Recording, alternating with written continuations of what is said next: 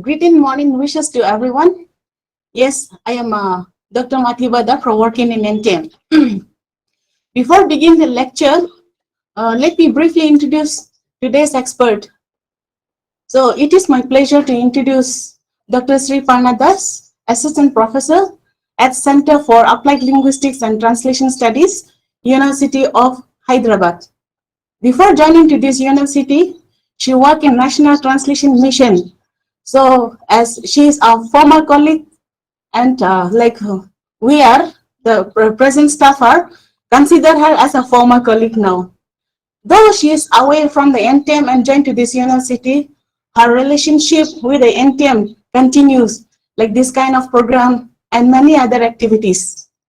Yes, her areas of interest includes research methodologies in translation studies, practical translation, critical discourse analysis, gender and translation, translation for folk narratives, and many more others. Our today's topic is translation, multilingualism, and gender. So with this short introduction, I would like to invite Madam to deliver the lecture. Welcome you, ma'am. Thank you, Adafro. Thank you for all those kind words. And yes, my relationship with NTM continues. It has always been a fond memory, fond remembrance that I recall my time in NTM. Thank you, NTM and Rama Devi University College, to give me this opportunity to talk to you, rather interact with you all. One small clarification is that I am presenting my talk on translation, multilingualism, and gender. Though there is a small technical error you will see in the title, which it is translation, multilingualism, and culture. The way I have organized my talk is it is based on three conceptual categories that we have today. That is, one is gender, one is multilingualism, and the other is translation.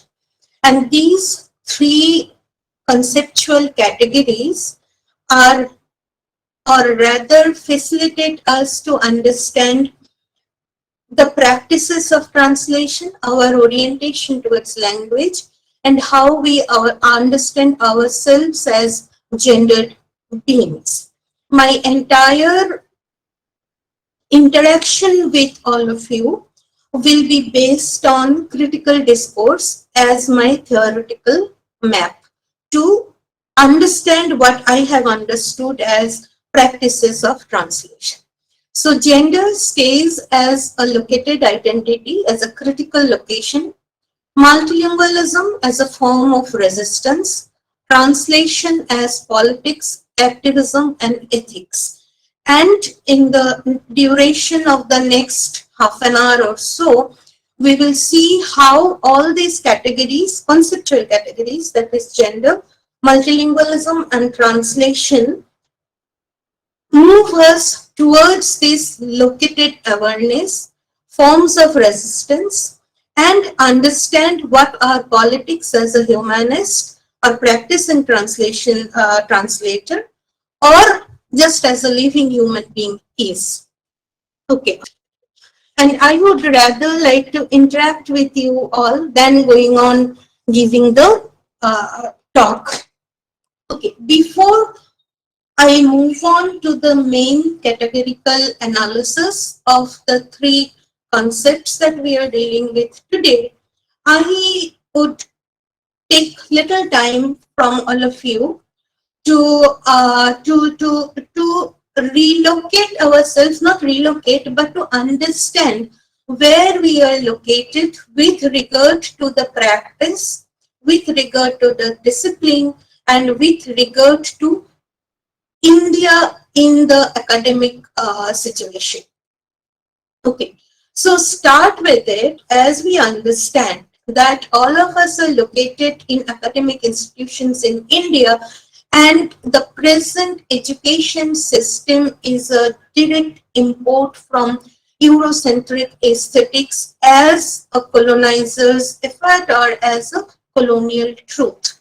So what do I mean by Eurocentric aesthetics with regard to translation? especially that our understanding of the definition of translation, our understanding of the realities of translation as we know as of now, is based on the understanding of what translation is, and by the general definition that we know that translation is transfer of meaning from one language to the other, and the importance of translation or the relevance of translation lies in the exactness of the equivalence that is found in the transfer from the source language to target language.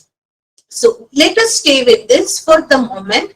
Let us understand how this essentialization of translation, that one language to another and exactness of meaning, creates a problematic for us, offers a problematic for us to understand with regard to Western mimesis and the Indian traditional understanding of meaning. Now, what do I understand of this?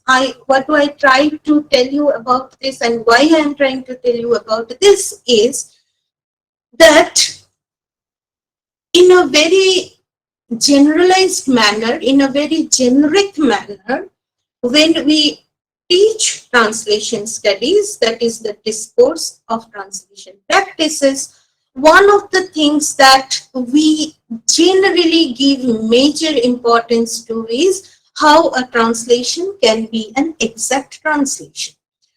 The idea of exactness has come to us, that is our present academic understanding of exactness of translation comes to us from the position of translating Bible. That is the Western mimesis that is embedded in the practice of translation, which we call the linguistic turn in translation, the exactness. We will stay with that for the present moment. I am not going to the Indian positioning, but I will turn to the Indian positioning in a bit when we go further in the discussion, probably in the next slide when we talk about it. But for the moment, let us understand that translation deals with two languages as of now, what we know as source language and target language, and one absolute meaning, one exact meaning, one exact equivalence. So is that true? Are those the only borders of translation? Is only one text, one time, and one space the borders of translation? Do we understand translation as that? I remember I remember Mr. Jatin Naik was talking about translation, that in the disciplinarian understanding we teach translation, or we talk of translation in a mechanical fashion of transferring meaning from one space to the other space, one location to the other location. Now, in that sense, is translation or the borders of translation limited to one text, one time, and one space? If that is so, then what are we doing today talking about multilingualism and talking about gender? Yeah. So the point to understand here is now to go back to the European aesthetics and Indian positioning of translation. The exactness of translation that is embedded in the discourse of translation does not quite resonate with the Indian reality of translation. As you know, I am pretty sure that translation in India has been called time and again as retelling, rewriting, yeah, if not in various other terms as Vivartanam, Rupantar. At least let us stay with these two concepts, Rupantar and Vivartanam. Vivartanam is the Malayalam word for it, and Rupantar is Hindi, Sanskrit, Bangla, most probably in Oriya also. I am not sure, my Oriya colleagues can correct me if I am wrong over there. So, if we look into the Indian words for translation, It never talks about one situated exact meaning. It talks about transformation. It talks about the forms that gets handed down from one to the other, forms of retailing, where no one takes an authorship or the ownership through rewriting, and Vivartanam, as we understand it, evolution. So transformation, evolution, rewriting, retailing, if all those were our accepted notions of translation, then we understand that there is a different situation, there is a different position where essentialization of translation differs or departs, takes a departure from Western understanding to Indian philosophical position. If that is so, if we have agreed with the differentiation of essentialization of translation from our Eurocentric aesthetics to Indian aesthetics, aesthetics again, I am not talking about the traditional aesthetic sense, but Indian conceptualization or Indian understanding of translation, then do we still agree that translations have only single borders to cross, only single borders of texts, times, and spaces to cross? That is a question from me to you to respond with, and also to understand what do we cross these things with. Any response? What is the medium through which we cross these borders with? Any response? Can you please repeat the question? Yeah, this is not a question per se. I am just trying to interact with you in the course of my interaction, in the course of my talk that I am giving to you. I am asking, the borders of translation rests on the levels of text, on the levels of time, and the levels of space. Do we agree? Are you there with me? Yes, ma'am. Yeah. Very good. So if you are there with me, then how do we cross these borders? We need something to cross the borders, right? How do we cross the borders? What do we cross it with? Ma'am, is it through the use of language? Okay, that is a question. Answer as a question to my question. Anybody else? I am not sure, so I think it must be language or Do you have any other alternatives in your mind? Body language, maybe. Oh, still a part of language. Okay, language it is. Language it Pictures. is. Language it is. Yeah, somebody Pictures. saying yeah. gestures. Pictures. Again, a part of language. Language. Again, language. Gestures. Language. Tradition, culture. Language. Only through translation. Mathus are very right, only through translation. But how do we actualize the translation? We actualize it through something, with something, and as far as I understand, that cannot be anything but language. Yeah? Do we agree over there? That translation cannot happen without anything, through anything but language. And the border crossing that I am talking about cannot happen through anything, without anything but language. Right. Yeah. So, what is the role of language over here? Somebody said culture. Very right. Correct. Translation is embedded in culture. But how do we actualize the culture? How do we realize the culture? How do we express the culture that we are related in and embodied through? We need to understand about that particular culture so that we can modify. Modify, correct, immerse, improve, progress, anything, right? But we need to understand, Hannah? Yes, ma'am. Right. We need to understand. And how will we understand? How do we understand? We need to understand that language, like the one in which they are communicating, so that will help us to know about their culture more. Suppose you are in a vacuum and I exist in language. Will you understand me? No, I have to learn the language first. You Then I exist just in a vacuum. You exist in a then I vacuum. You have to learn the language first or my language first to understand me. But what do you understand with? Your learning of my language is dependent on your understanding of your language. If you my do own not have your own language, right? So we yes. do not We need to understand. find. Yes, Vanita, you were saying We need. we need to. I'm sorry to. We need to find out two languages where one medium of language will help out to understand. That is the one in between two language. One language will coordinate, or we get some source so that we can go through that two languages. One need of one language. Okay, so We far, so far, so good. So far, so good. We have established that we need language to understand, right? We need language to understand.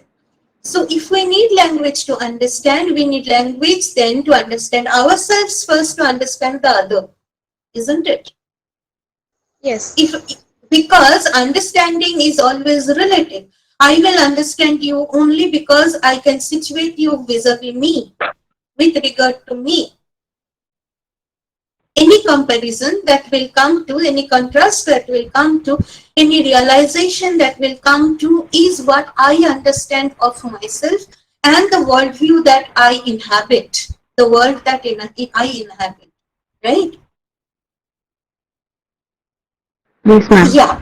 So language then remains the source for me or the category for me to understand, realize, organize. Organize what? Realize what? My thoughts, my understanding, my realization, my experiences. Okay? Now, being there, understanding all these things, that I understand myself, I understand my world, I understand my experience with my world that I stay in, these experiences, these realizations are always political. What do I understand, or what am I trying to implicate by politics? By politics, I am trying to say that how I choose to interact with the world that I am in. So far, so good. Are you there with me? Yes, ma'am. You are there with me. So, my interaction with my world, my interaction with my experiences are through language, and through language, I exhibit my agency to choose over some experiences and not all experiences. If we are there, then we have understood, if you have followed this through, then you have understood that language becomes a political category of understanding anything and everything that is there to understand. Okay. Now, how have we made this journey? We have made this journey to the concept that language is a political category of realization or organization. Where do we come from here? We have come from here from the Eurocentric aesthetics of understanding translation practices to the formulation of the discipline of translation studies, situating it into the Indian academia to understand, to critically understand the import of Eurocentric aesthetics in understanding the practices of translation, therefore the discourse of translation that we are taught, that we teach, that we are learned, that we have learned, and that we are trying to impart the information to all of you, to share with all of you. Vis-a-vis the practices of language that inform us about the borders that exist or do not exist vis-a-vis the Western understanding of translation and Indian understanding of translation with respect to texts where the borders do not exist. Because texts in India culturally, historically have traveled without borders. We have the best example for that are our epics, we know how many versions of there are for our epics, right? So the borders we have crossed, times we have crossed, and also the spaces that we have crossed in the understanding of translation. So are we there? We understand it? Yes, ma'am. Okay, very good. Yes, Thank you. Yeah. So till now we were talking about this exactness of translation, faithfulness of translation, and absoluteness of translation, which are a direct import from the European aesthetics. Again, it looks like I'm hung up on the phrase European aesthetics, but in order to share with you what I understand today of translation practice, it is important that I talk about this time and again, or I refer to this time and again. Okay. So this understanding of translation, I am hoping that all of you are aware of the basic generic definition of translation. The translation is a transfer of meaning from one language to other. Yes, ma'am. Yes. So we know that. So what are Yes, we? ma'am. Yeah. Yeah, somebody wanted to say something. Shall I proceed? Yeah, please proceed. Thank you, Adi. Okay, so now we see that one language to the other, one meaning from the other, and somewhere there is the understanding that the meaning needs to be exact. So therefore, our existing debates or the more talked about things that we talk in translation are centered on the exactness of translation, if a translation is loyal and if the meaning is absolute, right? Therefore, from these debates come the hierarchy that gives us the binary of the source language, target language, source culture, target culture, source text, target text, original and translation, author and translator, primary act or secondary act. And you have yesterday discussed if translation is art or science. I will not go to that because I think you have already have listened to this. But the binaries that exist here, source and target, original and translation, author and translator, if it is a primary act or a secondary act. Where do the binaries come from? How are they related to the debates? If you understand, if you look at it, most of these binaries come from the concept of faithfulness to the translation, to the exact equivalence that we try to arrive at for translation. Are these binaries unproblematic? Are these binaries easy? Are these binaries absolute? How would you like to respond to this? Any one of you? Ma'am, I just have a question, like a Sure. small doubt. Sure. What do you mean by, what is the difference between exactness and absoluteness? Right. When I am saying that, you remember the definition of translation? Translation is transfer of meaning from one language to other. Sure. Sure. Right. We are there. Now, translation is transfer of meaning from one language to the other. We see here that there are some kind of qualifiers before the language, one language and the other, right? Are there any qualifiers in front of the meaning of?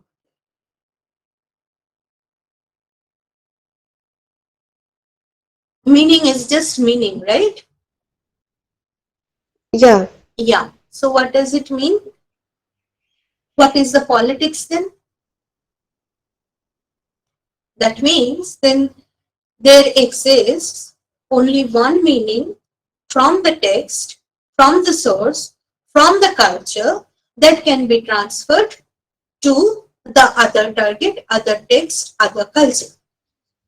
Okay. Right. Okay. So if Right. the meaning is that way final, then the meaning is absolute. There cannot be any more debates about Yes. Got it, ma'am. it. Right. Now, Thank why you. do we have this absoluteness? Why do we have this essentialization? Where has it been imported from? And why do we have this import? Any one of you? Repeat the question. Matthew says semantic paradigm of equivalence. Okay, semantic paradigm of equivalence. I asked why is the fixatedness on absoluteness of meaning, exactness of the equivalence? So that we can get the particular concept We meaning are of not that. talking about concept. We are not talking about concept. We are talking about meaning over here. Okay, we will have maybe more interactions in the due session. Otherwise, absoluteness wouldn't be maintained. Yes, but do we really want to maintain the absoluteness? Whose absoluteness are we maintaining? Yes, why?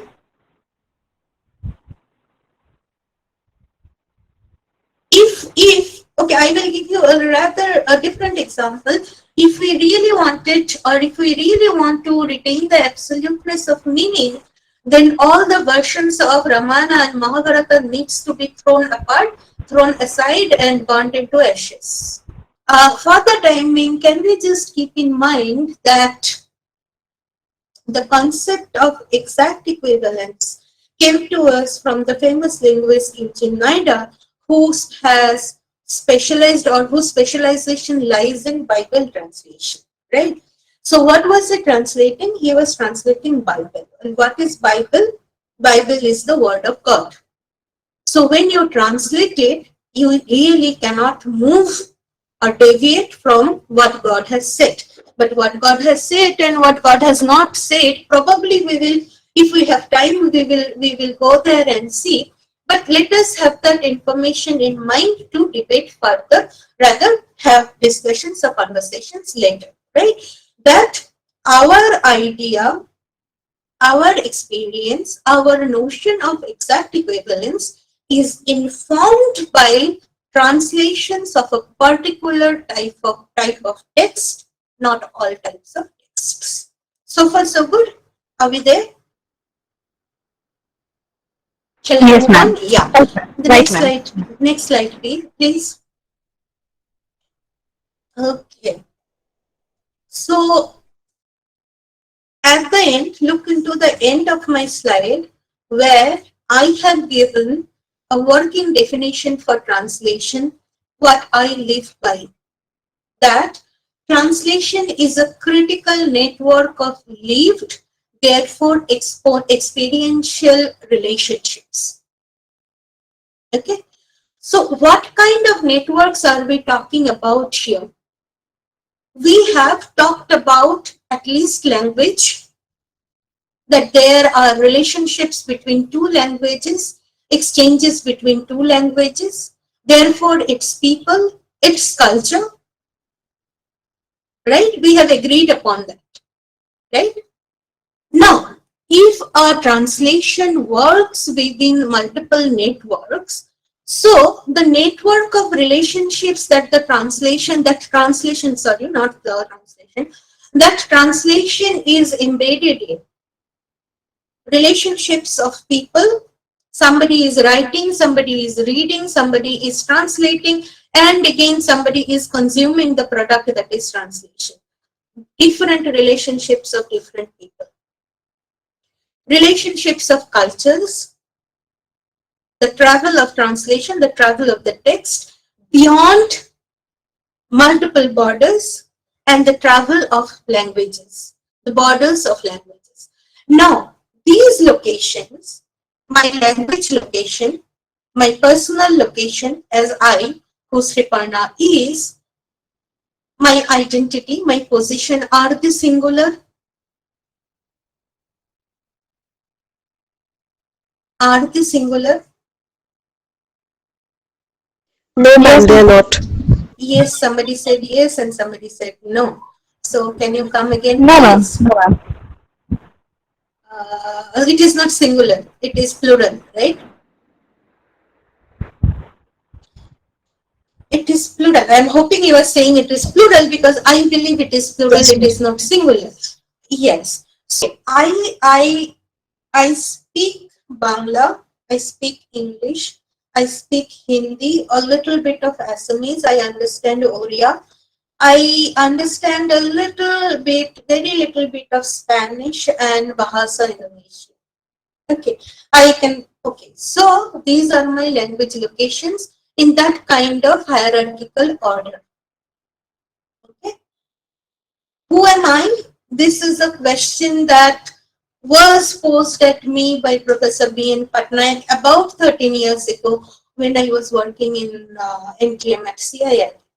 I could not answer that question to my satisfaction then, and I still cannot answer that question to my satisfaction now. But, however, despite the dissatisfaction, despite the continuous quest to, unravel various facets of who I am a teacher, I am a Bengali, I am a woman, I am a daughter, so on and so forth. Therefore, and I belong to a particular class, I belong to a particular caste, I belong to a particular region, I come from a particular region, I stay in a different region, and I carry a different religion with me. These are all my parts of identities. Okay, so I inhabit within me a number of identities, and I look into the world. I look into the worldview that is emanating from the world that I am inhabiting in, from all these sections of the identity that I carry with me, and possibly more. If that is my interaction, my experience with the reality, with the languages that I live in, particularly Hindi, English, and Bangla, how can I have one meaning from a source?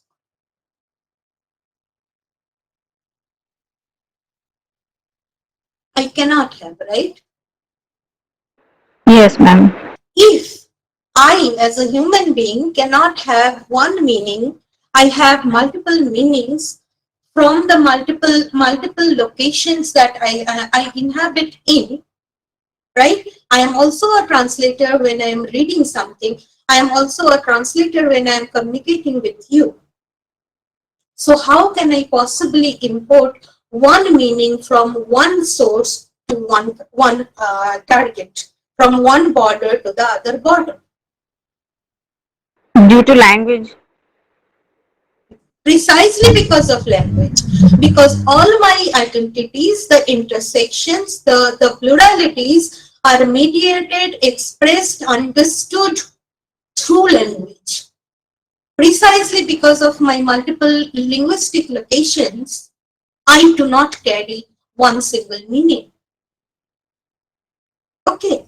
Therefore, I as in not only the individual I, but all of us, we inhabit in a critical network of different relationships that our society, our culture, our world provide us with.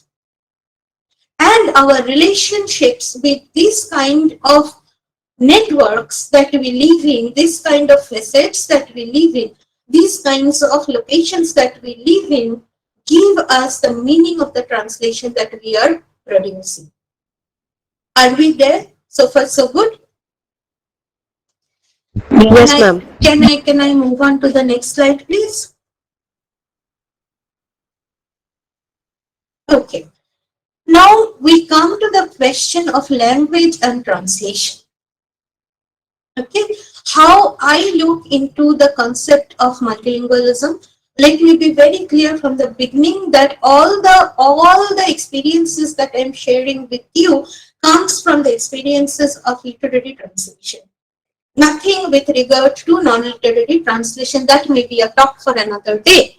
Therefore, the multilingualism that I am talking about is also the cultural multilingualism or the literary multilingualism that I find in texts. Okay, with this disclaimer there. Just a moment before, we have established that translation is a critical network of experiential relationships, among which one of the relationships or one of the related thing is language. We will come to the identity part in a bit, but language, right? Now we have said that translation is an activity from one language to the other. The moment we understand this, the moment we realize this, we understand that translation is not a monolingual activity. At least there has to be two languages over there. The languages, the cultures are separated by geography, separated by space. Right? If we understand that, then we also understand the definition of space. That space is a relationship between the tensions of the inhabitants that inhabit the space. My relationship with the place that I am in defines the nature of that space. What is home? If I ask you that, is home a geographical space or a concept that resides in your mind? Home It's more or less a concept. More or less a concept. It is not only the building that you go back to, right? Right. Right. So what is that building then? The building symbolizes your relationship not only with that building of brick and cement, but also the people that are there, the things that are there. Right? If we have understood this, that space is a relationship fraught with tensions, we will come to it, fraught with tensions with the people, the things that inhabit the space, then cultures that inhabit in different spaces, the relationships are fraught, probably harmonious or not harmonious, and therefore the transfer of one thing, one import of one meaning from that location to the other location can never be a simple, innocent, peaceful work. Can it be? I rather think of it that it cannot be. It is always filled with suspicion, doubts. Am I doing the right thing? Is this the priority? Is this the meaning that I should be I should prioritize? So on and so forth. Okay. And what is happening to us, as Professor Yuan Singh has said, that India is a translation zone. Our notion of multilingualism is a historical trait that we have inherited in. If it was not there, then today I could not have talked with Adafro or Aditya or Matthew sir over there. Right? We understand each other not only through the language that is English that we are using, but also into the linguistic history that we are embedded. That is how we talk to each other. That is how we communicate with each other, because our experiences come somewhere from a shared platform and different, which is shared, different, yet similar. Okay.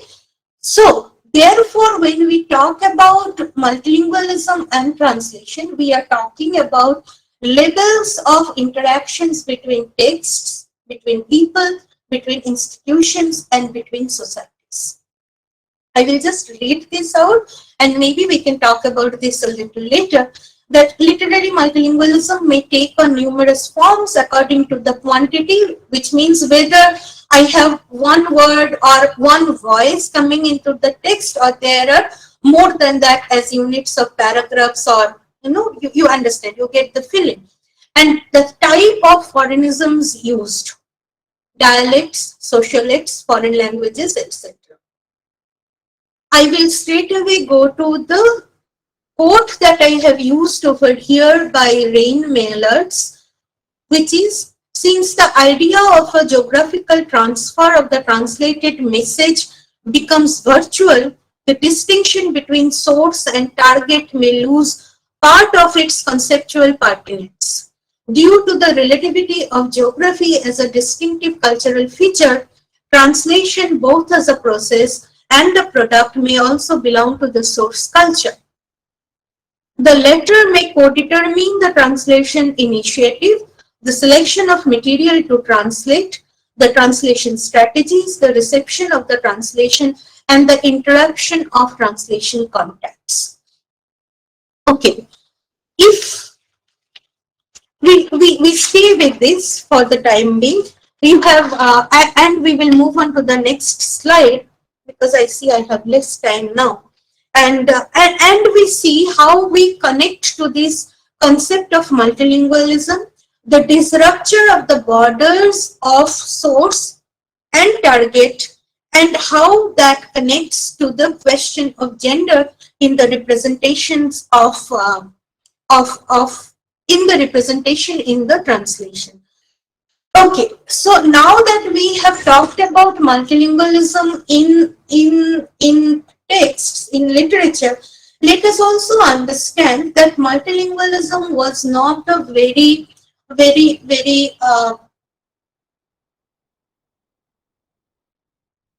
honorable practice since the formation of the concept of nation, because language was looked as a source of identity. Where the nation comes in, the formation of the nation. So we all understand the political construction of the nation, therefore the politics that is associated with having a national language. I'm very sure none of us have forgotten the debate with Hindi as the national language vis-a-vis Hindi as the official language, right? So if that is the form, if that is what we understand with our experiences with language, whether it is a national form or an official form, therefore the representation of one language in one text became a standard form with the concept of nationalization. Okay. Now, with post-colonial understanding of language, location, politics, that form of national identity through one language has been debunked. The forms of multiple languages in one text is rather accepted norm of accepting our identities, challenging the domination that is there on the majoritarian languages, and accepting multilingualism is also allowing different kinds of voices to speak up. If we are there, then we understand that these kind of translations, these kind of language formulations or language expressions also come to us to disturb the normal understanding of translation, where there is the source language and the target language and the exactness of the equivalences, because it disturbs the cultural balance. It disturbs the cultural space because there is an allowance of inclusivity into the text that we are talking about. Because translation is happening within the text, not outside the text. When we are talking in different tongues in the text, we are translating the text within it, not outside it. Therefore, translation of one text from one source to the other does not sit quite right with the concept of literary multilingualism. Also, with the postmodern understanding of languages and power, where we have understood that there is no stable meaning, meaning is continuously challenged, therefore fraught, therefore our understanding of a text is never final. We never fully understand a text. So far, if we have seen that with multilingualism comes a question of a loss of a hierarchy, loss of an identity. Then talking about training the translator in the multilingual context from a gendered perspective, do we see the tensions embedded there? How do we look into the problems of essentialization that happens in translation? By essentialization, again, a stable meaning, a perfect meaning, a faithful meaning, a boundness towards the original, a boundness towards the author. Some of my colleagues over here just said that we want exact meanings in translation because we want to retain the meaning of the author. When we are talking about training the translator, my question is, I have many questions, but one of the questions is, why does the author have this kind of hold on the meaning?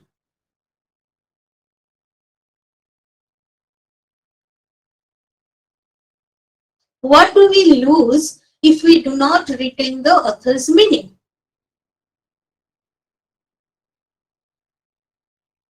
Do we necessarily?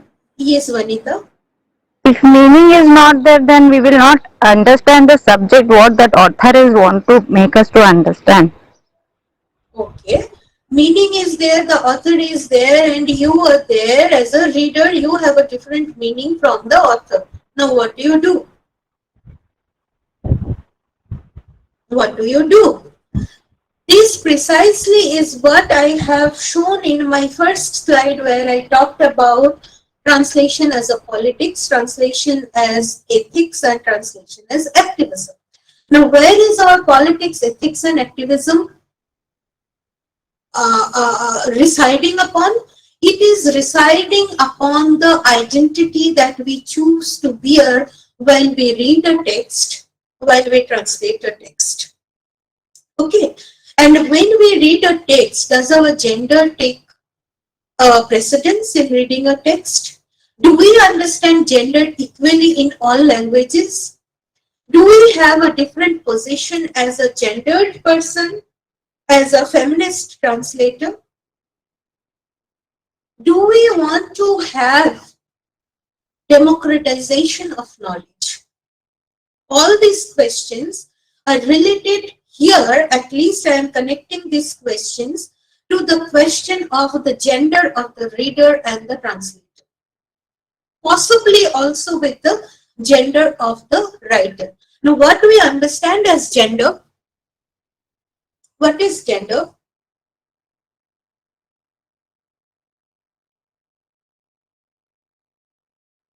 What is gender? Gender is socially constructed concept actually. What is that? What is that? So, ma'am, man or woman? By birth, we are either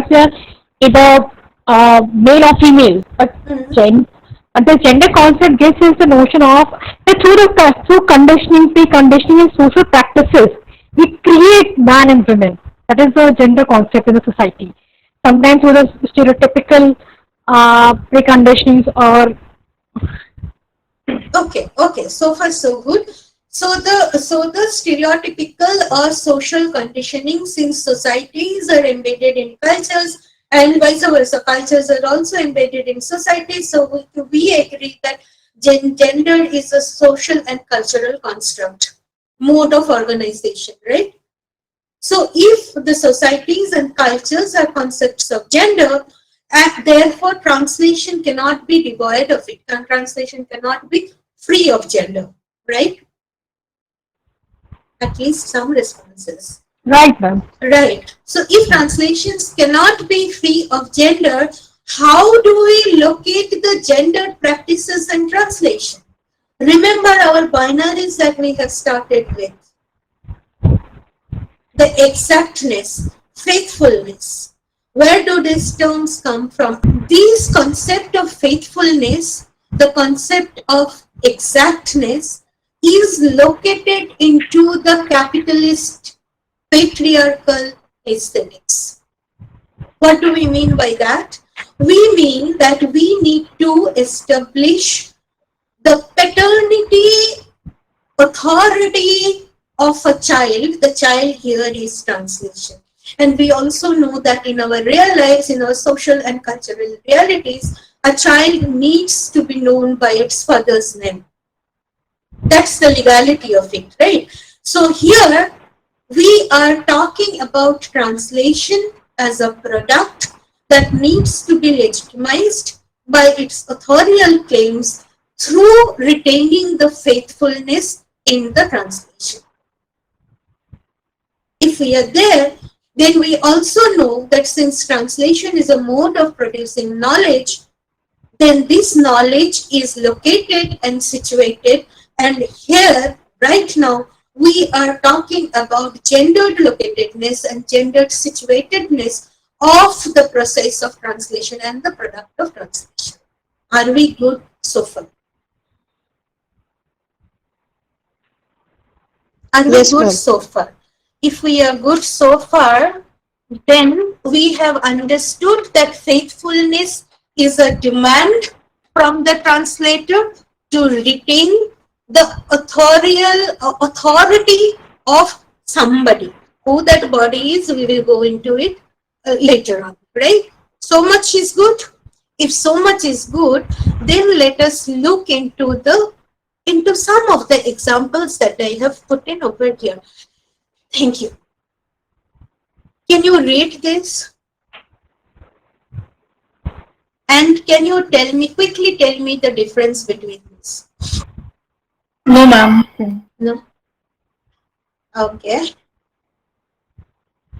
Can we quickly read these two slides?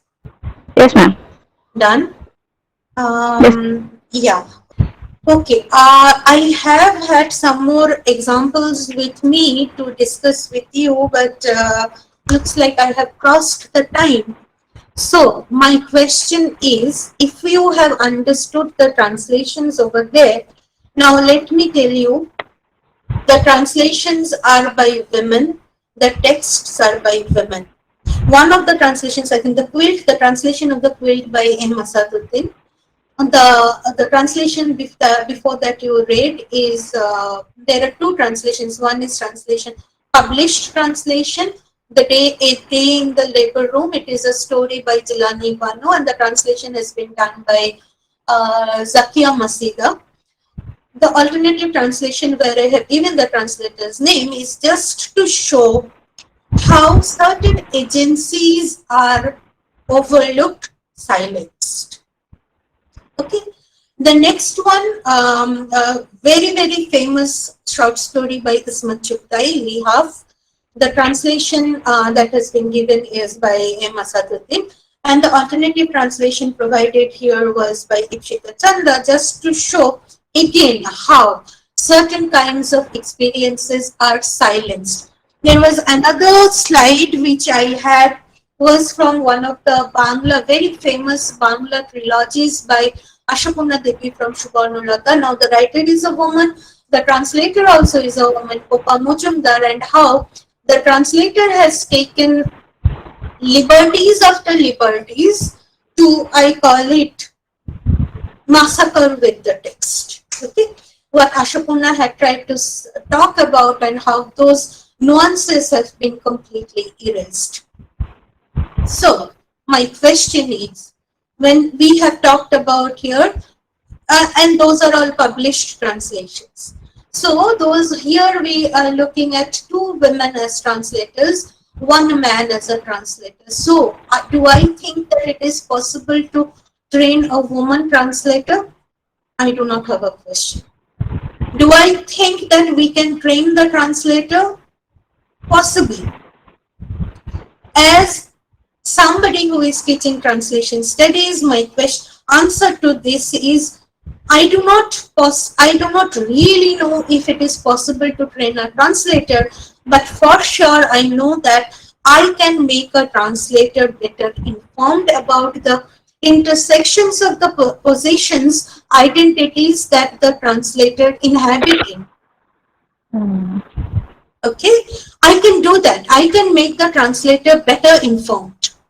And once the translator is informed, irrespective of the fact whether the translator is a man, woman, or from other genders, from the spectrum of genders, which is a gendered reality today, I am very sure the translator will think before erasing something or,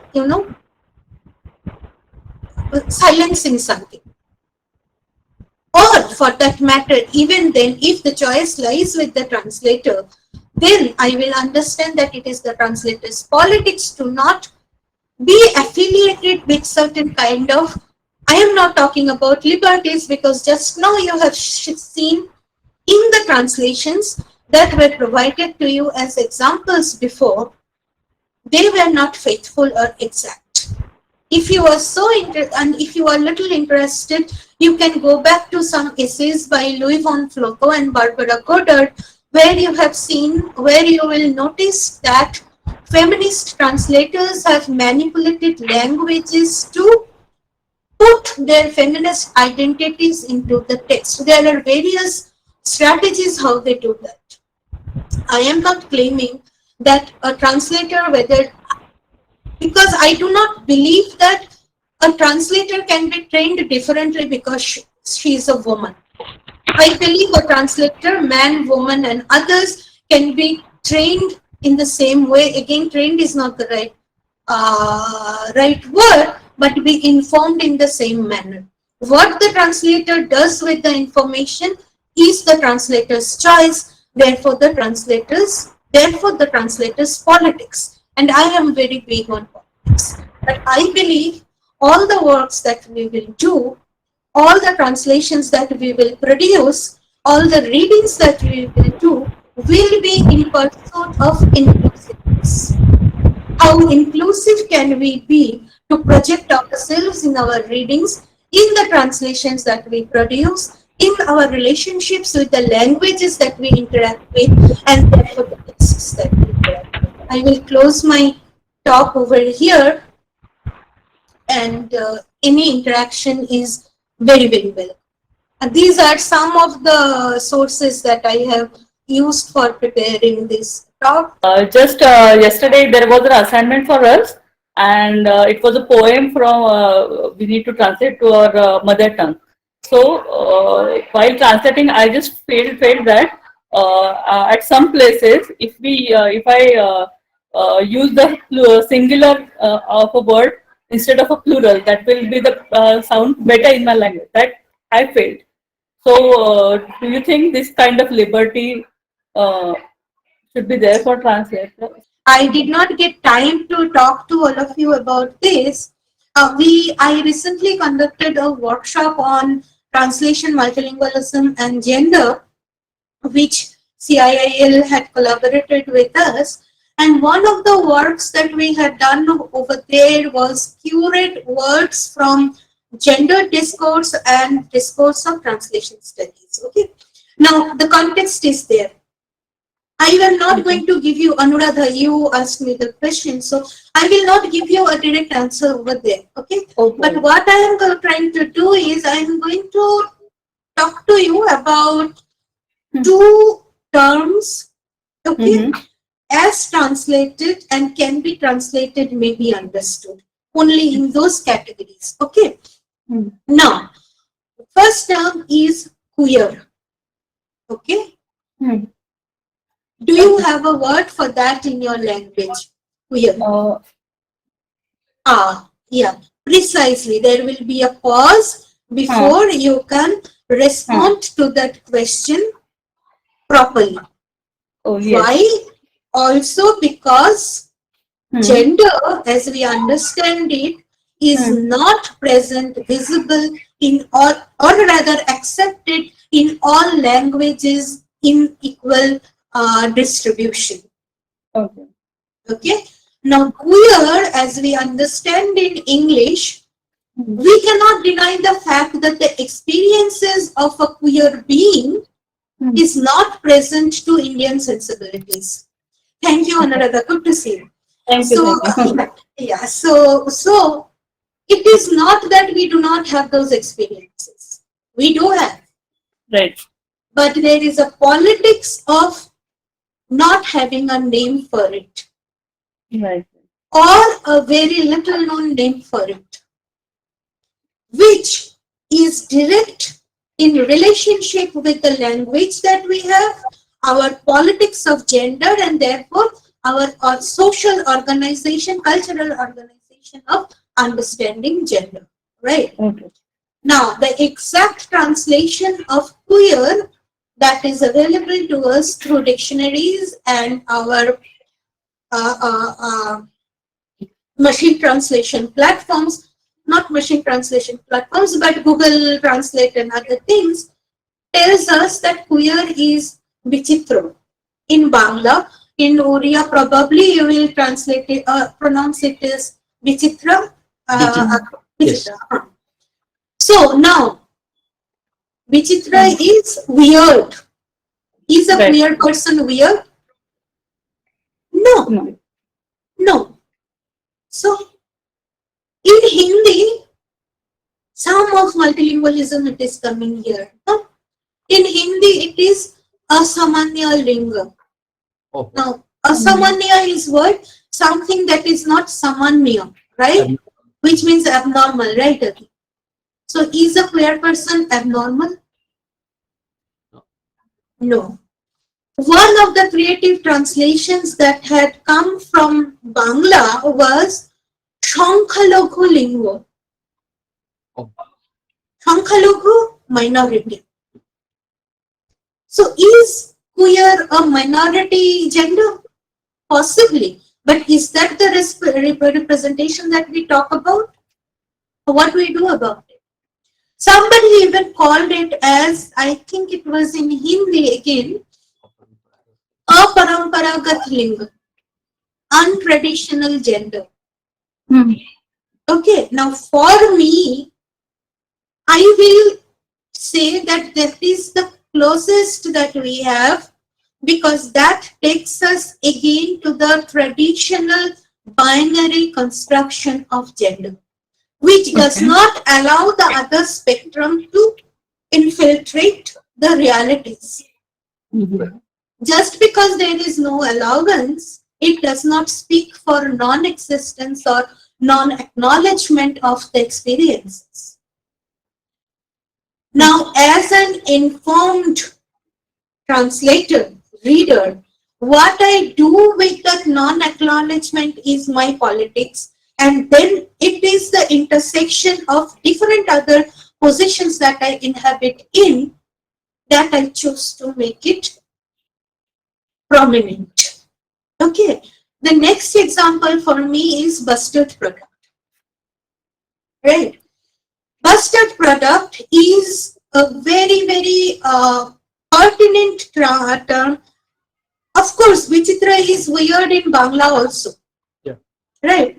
But a queer person is not a weird person. He, she, they have all their sensibilities and sensitivities intact. They are not mad. They are not weird. And we will go back to Foucault, then madness and critique of madness. Sorry. So the busted product. Why is it pertinent in the discussions of translation studies? Because again, we will go back to the authorial rights and the authority about the questions of paternity about the text. Right? Who owns the text? Whose meaning is prominent in the text? Who is handling the text? Man handling or woman handling, right? Now, as a very common floating translation that will come from, this is a phrase, constructed phrase, Jaroj Utpadan in Bangla. Can you pronounce it in Oriya, please? Jarojo Utpadon. Jaroj Utpadan. Now, what do I do with my informedness? What do I do when I put forth my feminist self into the translation of this term?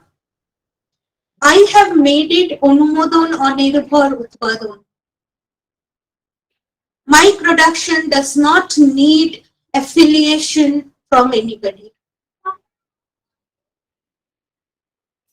It stands on its own. She stands on its own, on her own. It does not need approval from anybody else. Therefore, Unumodon Onirvarit, right, wrong, question is not there. As you asked me, ma'am, whether it is a right translation or a wrong translation. No. Ethics decides your rightness or wrongness. And your ethics is political, it is located, it is situated. You do not take a decision out of a vacuum. Thank you so much, ma'am. It was an Thank insightful you. lecture. Yeah. And I do believe that this has enriched everyone and also gained some idea through your topic, through your lecture. So thank you so much. Thank you. Thank you.